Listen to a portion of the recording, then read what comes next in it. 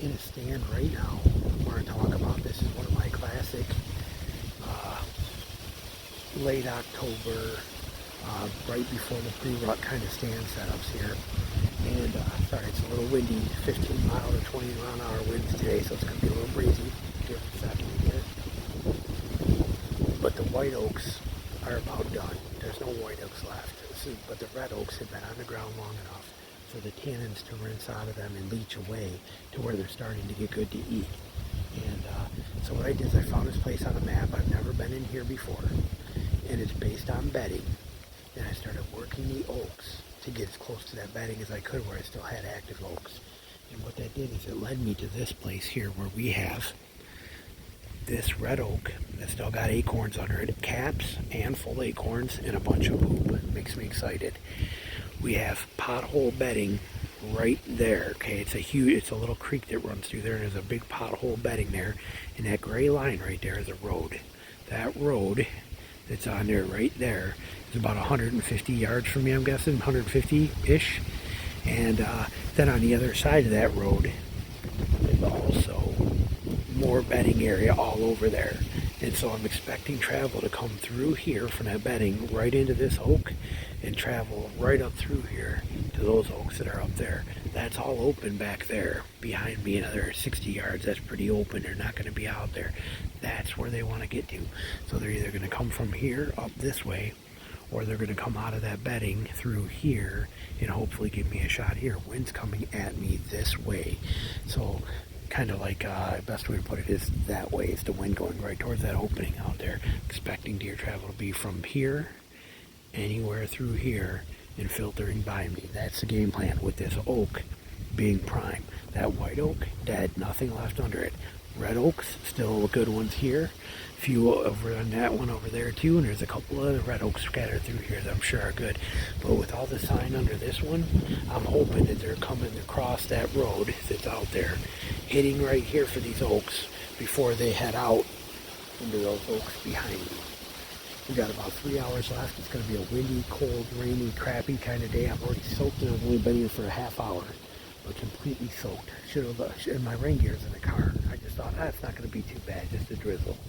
Well, go figure. But anyway, this is kind of what I'm looking for. Here, you can hear, here comes a car. You can see how far, or where that is. I'll zoom it in. Watch, you'll see the cars. Right there. Major road, right over there. And that makes the funnel. The funnel is between that road and the clearing behind me creates this zone of travel with entry in from the edge of that swamp that's over there this way and coming out of that pothole here. So it should be a gold mine spot. Like I said, we've got a few hours left. We're going to give it a shot and see what happens. Hopefully the wind doesn't screw anything up too bad, and we should be good to go. Thanks for watching.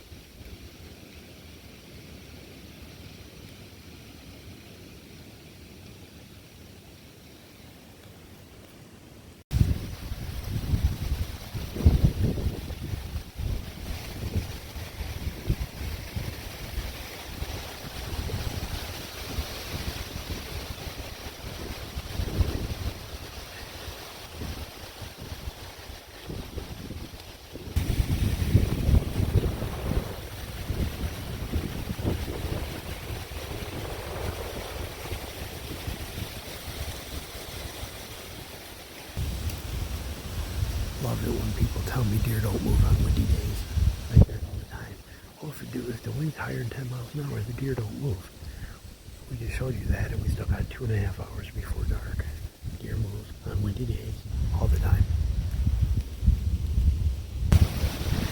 Just had a doe. I'm going to show you here. Careful, sorry, it's windy as can be. I just happened to see a deer standing right there. I grabbed my bow, got ready, I was waiting, and it was a doe. She came through right here, and it says right where that tree is, right on the ground, right there at that leaf, I have a judo arrow. Right there, somewhere right there is my judo. And I shot it, but she came out right out of here. As soon as she stepped out, she sniffed it. She saw that arrow, she sniffed it, and she turned around and bailed immediately, took off out of there. Might have been the mother to those 2 deer that came through about a half hour ago. I don't know. She was by herself, but yeah, that was kind of cool. She wasn't a big doe, not big. If she was big, I'd have shot her. But I only got 1 tag left for this area, and it's going to be a big doe or a set of horns is all I'm shooting here. So I wouldn't shot her anyway, but busted by my judo arrow. That's the way out I gotta go. When I leave, I'm going out that way. That's the way I came in. So she went her nose right to that judo that's sticking out of the ground, smelled those fletching, and just blew out of there. It just took off faster than anything I've ever seen. So let that be a lesson to you. Careful where you shoot your judo at. Your practice arrow. Be careful.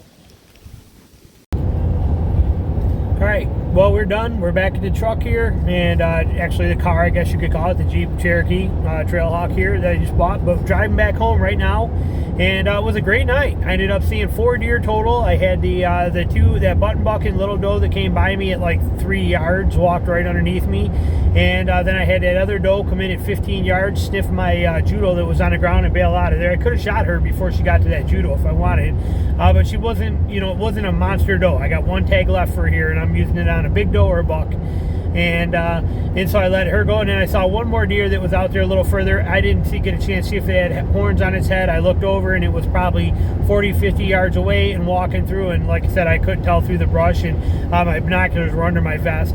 Never stopped raining, stayed cold the whole entire time out there. 34 degrees with 20-mile-an-hour winds, consistent 20-mile-an-hour winds, and raining. It was supposed to stop raining that last 2 hours of daylight according to the Weather Channel that I got on my phone, that app, but it never did. It's still raining right now. So luckily my jacket and vest kept me dry on top, but my legs are soaked to the bone. My feet are soaked from water running down my pants into my boots. My hat's completely soaked through. My hands were freezing cold. It was definitely a pretty tough night to be out there with the winds, the rain, and all the stuff we had to deal with in there. Made it pretty miserable, but all in all, good night. 4 deer in a spot I'd never been to before. So that oak system like that works like a champ. It does. It works good. Now, they didn't spend a lot of time. Those 2 little ones hung out for about maybe 5-6 minutes underneath that tree right next to me eating acorns, and then they moved off. That other one, she might have been going there, but she sniffed my judo and bailed, and that other one that I saw further out was not coming over by me. No interest in coming over to the tree I was by. So, and no set of horns seen or anything like that. So, but I cannot complain about the way that went. They don't all pan out in, 160-inch deer walking right underneath you. So, but that system of getting close to bedding worked like a champ. Picking oak trees that were going to be dropping acorn, or they have acorns, red oaks. When white oaks drop, they're ready to go immediately. When a red oak drops, you have to give it time to let the tannic acids wear out of them, leach out of them before they're not so bitter and the deer will want to eat them. And that's where we're at right now. We are just coming into that stage right now where those reds are where those deer are starting to have interest in the reds that it fell early, and they're on the ground and they're leached out and they're willing to eat them. So it's that perfect time to take advantage of that. So hopefully you enjoyed this episode.